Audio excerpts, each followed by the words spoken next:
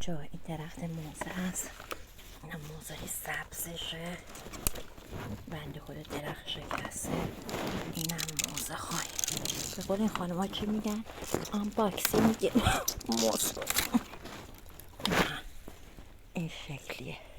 این درخت متاسفانه شکست. منم اومدم تند گاز دادم، من روش رد شدم. بعد ما چون جاده خیلی شلوغ بود، رو راست ایکس 4 رو با خودمون نیاوردیم. شما اصلا زیاد اهل بیرون نیستیم، بیشتر تو ویلای.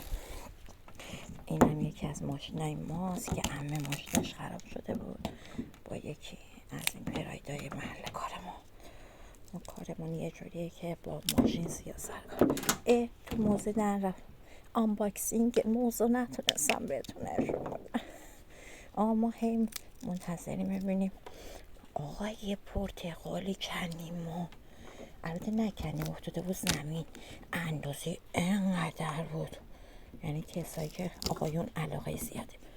نگاه کنید چه باحال این موزه ها توش. اینا این موزشه، حالا برسه بهتون نشونه. نه این موزیه که میخواد. این موزه خیلی شیرینه، خیلی شیرینه. انقدر اینجا قشنگه تو شب، انقدر قشنگه تو روز. پنسل جوجه هست، جدا کردم ببرم برای هپوهای خوشگل.